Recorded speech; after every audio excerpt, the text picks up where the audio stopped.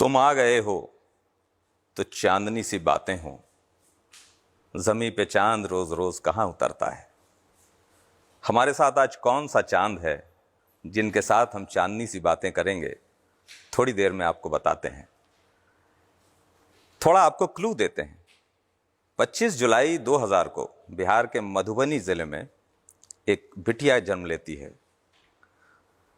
अपने दादा की संगीत की विरासत को संभालने के प्रयास में 4 साल की उम्र से रियाज शुरू कर देती है।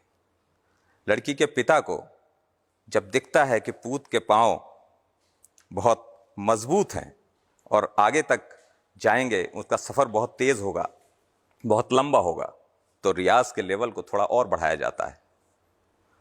रियाज के लेवल पे को बढ़ाते बढ़ाते अलग अलग संगीत की प्रतियोगिताओं में भाग लेते लेते शुरू में कुछ असफलताएं हाथ लगती हैं, पर फिर उसके बाद साल आता है 2015, जहां वो एक शीर्ष सिंगिंग अवार्ड को अपने हाथ में लिए स्टेज पर खड़ी होती है।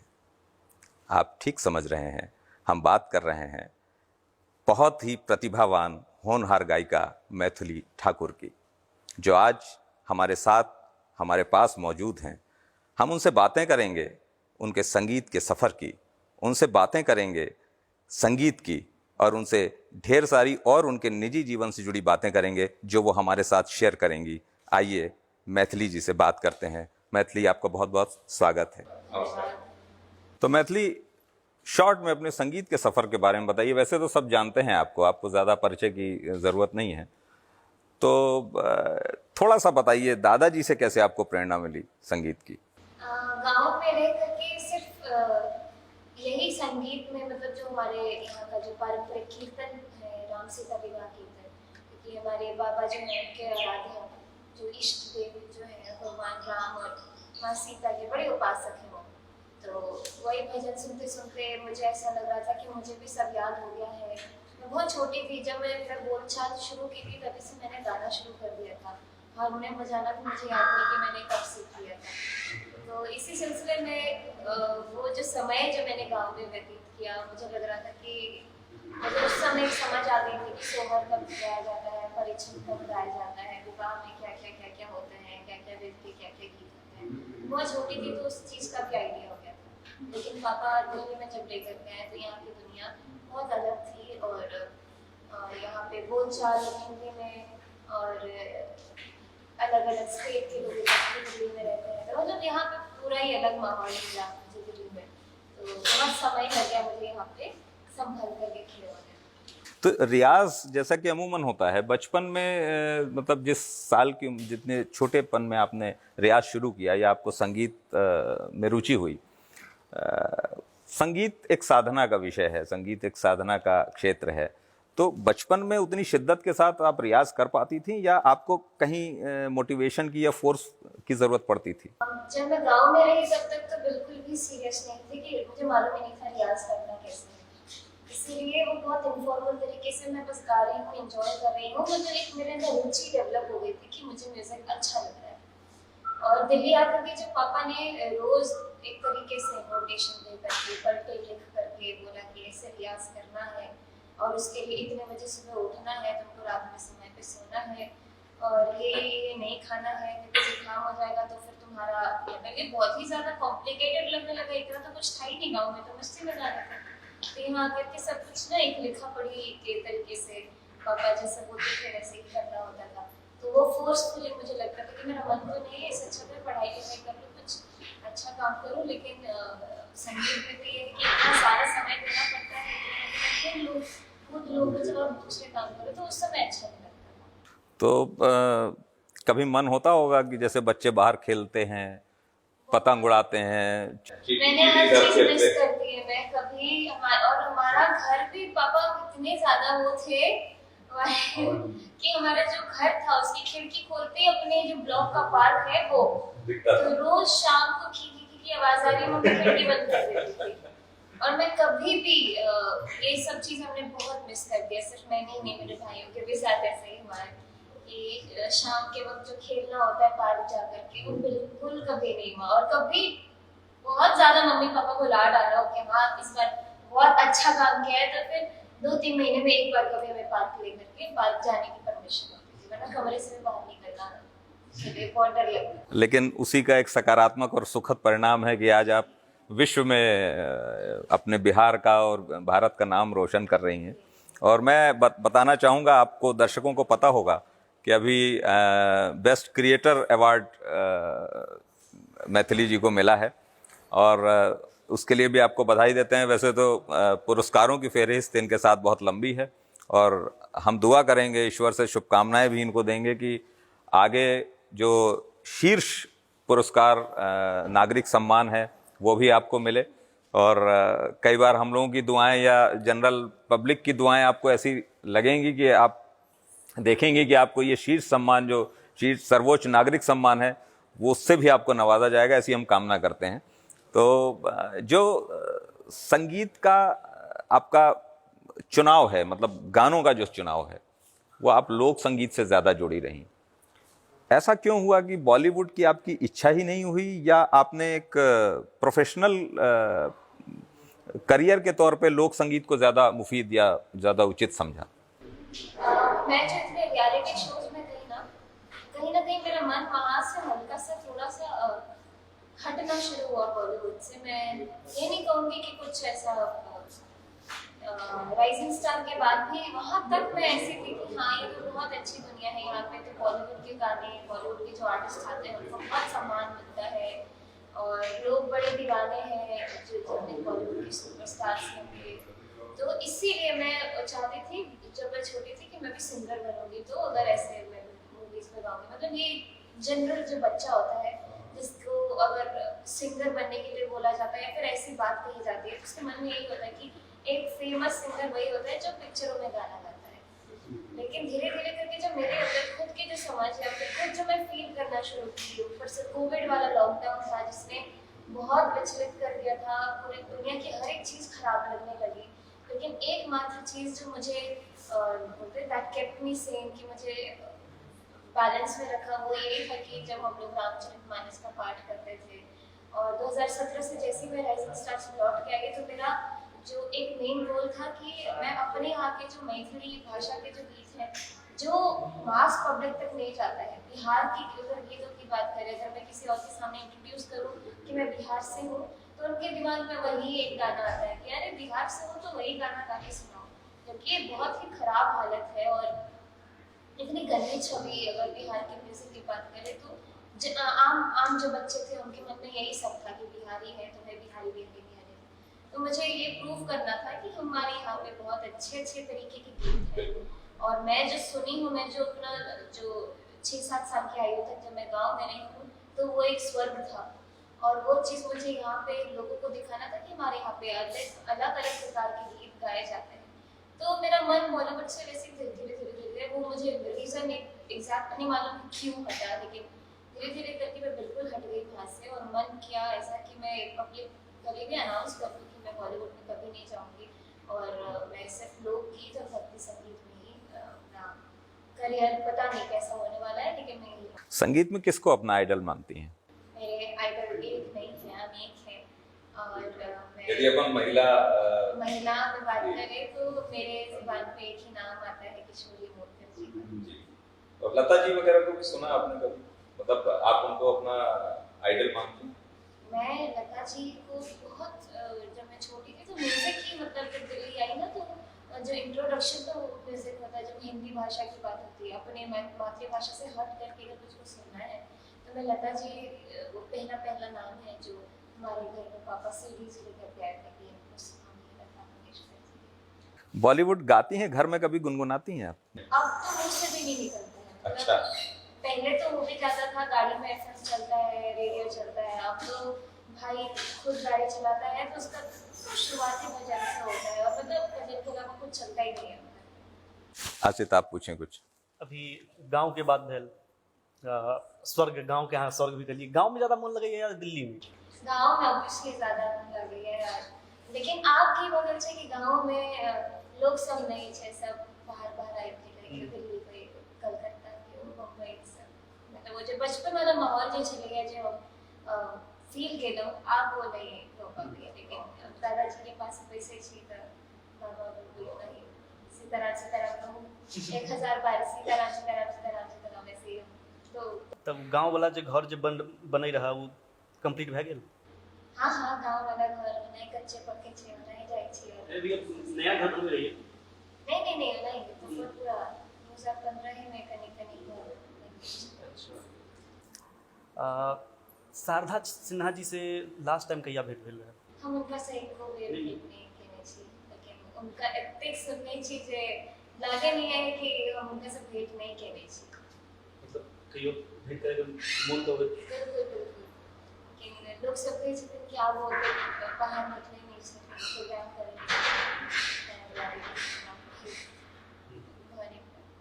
मैथिली ठाकुर के नाम जब कभी भी शारदा सिन्हा जी के साथ जोड़ल जाए छै कि बिहार में जो है संगीत के जो स्थिति भेल भोजपुरी के या फिर मैथिली के बाद की मैथिली ठाकुर ही हैं जो शारदा सिन्हा की मतलब शारदा सिन्हा जी जो गाती थी उसे आप आगे लेके बढ़ रही हैं, मतलब किना मतलब की सोच रही जब ये सब? मैं खुद को भी आर्टिस्ट नहीं समझ रही हूँ, मैं एक बिहार का बच्चा मैं खुद को समझ रही हूँ। अगर मैं बताती हूँ तो एक शारदा सिन्हा जी का ही नाम है जो हम प्राउडली लोगों को बोल सकते हैं कि हमारे बिहार में 6 दुकानें हैं शारदा सिन्हा जी। तो उन्होंने हमको वो बल दिया है कि हम अपने यहाँ के जो बिहार के जितने भी पारंपरिक गीत हैं वो लोगों को बोले अरे सुनो हमारे बिहार में ये भी है, हमारे बिहार में ये भी है। तो बड़ा मन है कि मैं उनसे कभी मिलूं, लेकिन वो पता नहीं है कब मिलूंगी, लेकिन बहुत मानती हूँ। जैसे कि बहुत से दर्शक होंगे जो देखेंगे चैनल को, बिहार में अगर किसी को कहीं घूमना हो तो आप क्या सजेस्ट करेंगी कहाँ घूमने के लिए? अभी तो मैं खुद इस दौरे पे निकलने वाली हूँ।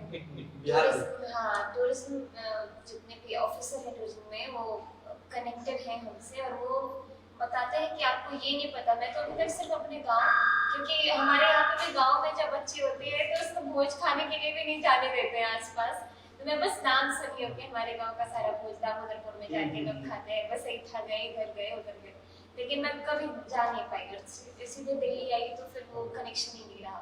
लेकिन अभी जो बिहार में इतने सारे इन्फ्लुएंसर्स क्रिएटर्स आ गए हैं नए जो कि टूरिज्म के बारे में वीडियोस बनाते हैं, और मैं जब वो देखती हूँ अरे बिहार में ये भी है, ये झरना भी है, पहाड़ जैसा भी है, इतना सुंदर ये सब भी है, तो पता चलता है कि हमारे बिहार में ऐसी बहुत सारी चीज़ें हैं जिसके बारे में मुझे खुद नहीं मालूम है और मैं खुद जा करके लोगों को उधर इन्वाइट करने वाली, मतलब मैं खुद अभी इस पे। अच्छा, यदि मैथिली ठाकुर गायिका नहीं होती तो क्या होती? कुछ सेकंड ऑप्शन भी रखा था या कभी ऐसे थॉट्स आए थे? जब मैं स्कूल में थी, क्योंकि हमारे बिहार में बच्चों को बस यही कि सरकारी नौकरी हो जाए तो उसकी लाइफ सेटल हो जाती है। तो मम्मी बहुत डराती थी कि पढ़ बे नहीं तो फिर तोरा घरे के काज करो तो हमरा देना, मतलब पढ़ोगे लिखोगे नहीं तो मेरे ही जैसे तुमको घर के बर्तन कपड़े यही सब करना होगा। तो जब मैं स्कूल में थी तो पढ़ने में मैं बहुत बढ़िया ठीक ठाक थी और मेरा मन था कि बस 12वीं निकले, ग्रेजुएट करूँ, उसके बाद मैं साथ ही साथ यूपीएससी का एग्जाम दूँ, आईएएस बन जाऊँ। मतलब ऐसे दिमाग में तो मैं सोची थी कि मैं इसी रास्ते पर चलने वाली हूँ और ऐसी ही पढ़ाई करूँगी इसी स्ट्रैटेजी के साथ। लेकिन 2017 के बाद सब बदल गया और म्यूजिक इतना प्रायोरिटाइज हो गया जिंदगी में कि अब सब सोचने। हाँ। बस अब अपने पास टाइम भी कम है, कुछ आपसे गुनगुनाना मैं चाहूँगा कि कुछ जो आपको सबसे बढ़िया लगता हो, भजन या लोग बिहार का लोक संगीत, 2 लाइन सुनाइए हम लोगों को। मैं तो अभी यहाँ पे रीवा में आप सभी के बीच हुए थे कि धरती पर हूँ तो मैं यहाँ के लोकगीत बघेली लोग। अरे वाह, मजा आ जाएगा, मजा आ जाएगा जी। ये जी नगर अयोध्या बहुत निक लागे, जहाँ राजा राम कुमार। ये जी नगर अयोध्या बहुत निक लागे, जहाँ राजा राम कुमार। क्या बात है। हम तो ये सोच रहे थे कि आप कुछ लोक संगीत, बिहार का लोक संगीत सुनाएंगी, और आपका जो मतलब ये कहते हैं ना कि देश काल और परिस्थिति के हिसाब से अपने को एक्ट करना चाहिए, काम करना चाहिए, तो आप बघेलखंड की धरती पे हैं। और आपको शायद पता होगा कि संगीत सम्राट तानसेन जो हैं वो यहाँ के राजा के दरबार में, श्री रामचंद्र जी के दरबार में सबसे पहले थे। और ये जो धरती है बघेलखंड की हमारी, ये कला पोषक धरती है, ये साहित्य और कला से हमेशा रिच रही है। तानसेन हैं, बीरबल हैं, ये सब यहाँ के यहाँ से इनिशिएट हुए हैं और बहुत अच्छा लगा आप यहाँ पे आई हम लोगों के एक पास। बिहार का लोकगीत जी गा ही दीजिए, मैं बैठा हुआ हूँ तो हम सुन के। गीत है जो मैथिली भाषा में है।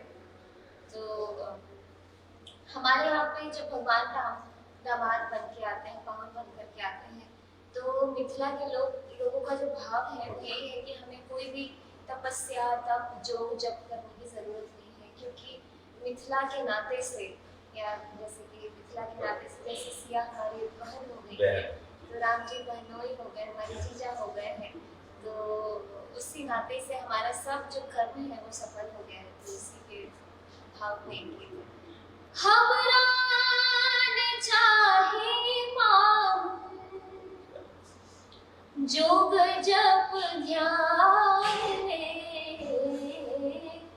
मिथिला के नात वासी, मिथिला के नात वासी, बढ़ी गेलै शान रे, मिथिला के नात वासी, मिथिला जनम भेल, मिथिला जनम भेल, सुकृत महान रे, लाडली कृपा संतैन, लाडली कृपा संतैन, आहसन मेहमान रे, मिथिला के नात वासी, बढ़ी गेलै शान रे, मिथिला। क्या बात है, बहुत बहुत बहुत मज़ा आया। रियलिटी शोज में लोग कहते हैं कि ये स्क्रिप्टेड होते हैं, ऐसा है क्या कुछ? जब मैं राइजिंग स्टार में थी पहले सीजन में, तो वो पूरा लाइव शो था, लेकिन उसका आधा मतलब बिना स्क्रिप्ट के कोई शो चल नहीं सकता है, ये हम जानते हैं। तो पहले से ही एक इंसान की जीवनी का स्क्रिप्ट बना के एक चलते। मेरे से भी काफी बार ना ऐसे पूछा जाता है कि आपके भी जीवन में काफी संघर्ष हुआ होगा, आपके माता पिता ये फाइनेंशियली हो गए थे, मैं ये चाहती थी कि भाई मेरी जो भी कंडीशन हो मैं टीवी पे ना बताऊं कि मेरे यहाँ पे ऐसा, मेरे यहाँ पे, इसीलिए मैं थोड़ा भाग पाई हूँ कि ये बिल्कुल चलता है, और कहीं ना कहीं सिंपैथी जो है वो स्ट्रॉन्ग करने के लिए उसको कोशिश की जाती है कि थोड़ा सा इसको किया जाए। चलते चलते युवाओं के लिए जो संगीत के क्षेत्र में जाना चाहते हैं उनके लिए एक संदेश आप दें। बिल्कुल, मैं जितने भी हमारे युवा हैं जो मुझे अभी देख रहे हैं, बहुत सारे लोग अभी एकदम से जब जैसे म्यूजिक का क्रेज बढ़ते जा रहा है, और लोक संगीत का भी मुझे लग रहा है कि एक दौर ऐसा आ गया है जहाँ पे मेरे जो दर्शक दीर्घा में हमेशा जब शुरू 4-5 साल पहले की बात अगर है तो सिर्फ बड़े बुजुर्ग लोग बैठ करके सुनते थे, लेकिन आज एक ऐसा समय है जहाँ पे नौजवान लोग, युवक लोग, जो मेरी उम्र की लड़कियां हैं, वो सब आकर के मेरे साथ गाती हैं और सुनती हैं। तो मुझे लग रहा है एक बहुत ही बड़ा शिफ्ट आया है इस चीज़ को लेकर के। तो आप सभी से यही कहना चाहूँगी कि अपने मातृभाषा, अपने लोकगीत को गाने में कभी संकोच न करें। और एक और एग्जाम्पल मैं कोशिश कर रही हूँ कि मैं सेट करूँ अपनी लाइफ और अपनी इस जर्नी से, कि ज़रूरी नहीं कि अगर आपको सिंगर बनना है, सक्सेसफुल बनना है, तो आपको सिर्फ बॉलीवुड में गाना है। कई सारे ऐसे हमारे आर्टिस्ट्स हैं जो आपको इस चीज़ के लिए मोटिवेट करेंगे कि हमारे लोक संगीत को भी गा करके बहुत बड़ा मुकाम हासिल किया जा सकता है। बहुत बहुत धन्यवाद मैथिली आपका, आपने बहुत व्यस्त समय में से हम लोगों को समय दिया। और दर्शकों, बातें करने की बहुत इच्छा थी, लेकिन समय का अभाव है। मैथिली जी को अभी जाना भी है। हम शुक्रगुजार हैं उनके पिताजी के, उनके भाइयों के और मैथिली जी के स्वयं, कि उन्होंने अपने व्यस्त समय में से हम लोगों के लिए समय दिया। और पिताजी के खास तौर पे इसलिए कि उन्होंने जिस तरीके से अपने तीनों बच्चों को ग्रूम किया है, विशेष तौर पे संगीत के क्षेत्र में, जो एक भावना होती है लोगों की सरकारी नौकरी कराने की या व्यापार से रोजी रोटी से जुड़ जाने की, जोड़ देने की, डायरेक्ट रोजी रोटी से, और कला की फील्ड थोड़ा सा मतलब मुश्किल है उसमें, मतलब हमें पता नहीं होता कि हम कितना सक्सेस होंगे, लेकिन उसके बजाय उस पर एक सेफ गेम खेलने के उन्होंने बच्चों को रियाज कराया, मेहनत कराई, और जिस तरीके से मैथिली जी ने अभी आपको बताया कि कैसे उनके पिताजी उनको रियाज के लिए प्रेरित किया करते थे, वो निश्चित तौर पे साधुवाद के पात्र हैं। आपको ऐसे ही शो हमारे शब्द सांची में और भी देखने को मिलेंगे। आपका बहुत बहुत धन्यवाद। नमस्कार।